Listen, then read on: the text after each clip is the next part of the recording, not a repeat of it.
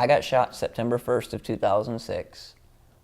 I remember it was like an overnight foot patrol, and like first thing in the morning, we were all walking in our squad, and sniper took a shot. I remember hearing small arms fire, because they usually shot at you with like a rifle or an AK, like a couple guys, while the sniper took a shot because he was very good. They were trying to give him protection, and the sniper took a shot, hit me. I don't even really remember feeling the hit. I just remember jumping down behind cover, firing back, and then when the smoke cleared, I noticed I was injured. My buddy got to me, assessed me over, and then they called the helicopter to come pick me up. As soon as I got in the helicopter, I don't really remember about 3 months of my life. I was in a medically induced coma, and I woke up in Bethesda, Maryland. It took me about a year and a half to do my initial rehab before they finally released me from the hospital. And then shortly after this, I bought my home and settled into life. My name is Master Sergeant Don Flick, United States Marine Corps, and friend of Mike Delancey's. I was in the Marine Corps for 22 years active, and once a Marine, always a Marine, so I'll be a Marine the rest of my life. I've known Mike, I don't know how I got to knowing Mike, but I've known him for a good many years. He's a member of our Marine Corps League detachment here in St. Petersburg, Florida. And Marines know every Marine there is, I guess, so that's kind of how we got acquainted. I just recently helped, we'll go out back and we'll get a shot of the chair, but the tank chair, I helped recently about 150 vets like myself get in those. This guy was trying to give them out, and I helped him look for us out of the woodworks. And then now the city of Pinellas Park ended up leasing me 10 acres. And this year I'm going to be in the process of fundraising to get this park built so I can sort of stay local and, start my legacy, I guess, here. On those 10 acres of land, Mike wants to develop what he calls a Wounded Warrior Abilities Ranch. And that is a facility for injured veterans to use in terms of adaptive therapy. Perhaps they can use recreational therapy. I think there'll be an equestrian trail and 4 cabins that disabled athletes can use as they're in and out of town, or say someone's having surgery at one of the hospitals and the family needs a place to stay during surgery and treatment. That's a place to have them stay while they're here. We usually do stuff on our own. The Marine Corps League, we help people that are in financial difficulty. We help people with housing. We help people with anything we can help them with.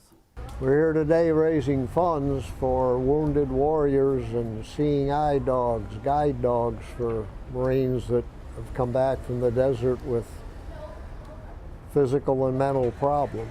On a good day, we can come up with some good money to assist with the guide dog training and with the wounded warriors. Some of the Marines that come back are handicapped and unable to work, and every once in a while they need some assistance, so we provide a few dollars for them and do what we can to help them out. The Abilities Foundation is a nonprofit organization that is the support organization for Abilities Inc. of Florida, doing business as Service Source Florida.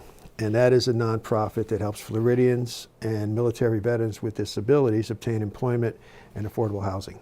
We also have a program that helps renovate the homes and facilities that serve disabled veterans, and that's in partnership with the Home Depot Foundation and local store associates. Home Depot basically chose a couple veterans to do what they called celebration of service, and their whole goal is to remodel 100 vets' homes this next year. And my name got thrown into that. They chose me, and when they came home around December 19th, they had a day long. It was a day long. They had topped out over 70 people there, and they were just all rocking and rolling. The Home Depot and then the Abilities Foundation was sort of like their nonprofit that they had everything going through, and when they coordinated that all, and it was like a day, and they just they came in, they put up a brand new beautiful white vinyl fence, they redid a lot of the landscaping, they sort of finished off a lot of button-up areas. It was actually a really nice day. Well, the wounded veterans in particular are the ones that did a whole lot for this country, and I think that their sacrifices should be acknowledged and appreciated. Mike, I'm sure, as most everybody did that's been in a hostile environment, has PTSD. He just manages his a little better than a lot of people do. And I think if nobody helped him, if Mike didn't have a wheelchair and was just in a house, he'd have some very serious problems. So I think it's probably something that people should do just to show their appreciation for him. He has a very nice house, but he sure paid a pretty high price for it. I think one thing, if you appreciate the freedoms that we have, and we have many, but if you appreciate the freedoms, just to be able to, excuse me, to be able to speak like this, freedom of speech and all the other freedoms and rights that we have, those can be attributed to the sacrifices of veterans. And this goes way back. This is nothing new, but veterans have been sacrificing for us almost, as long as this country has been alive, and we owe them a debt of gratitude for that. So one reason is to show appreciation for their time and their service, not only theirs, but the service and sacrifice of their families. That's honestly the greatest feeling in the world, is that sense of community. When you get injured and you have your family and you have your friends and you support, but when you actually get that community involvement, whether it was me or someone else, seeing that, knows that the local population loves their veterans, and a lot of guys come back and transition better when they know that they're integrated into a strong community.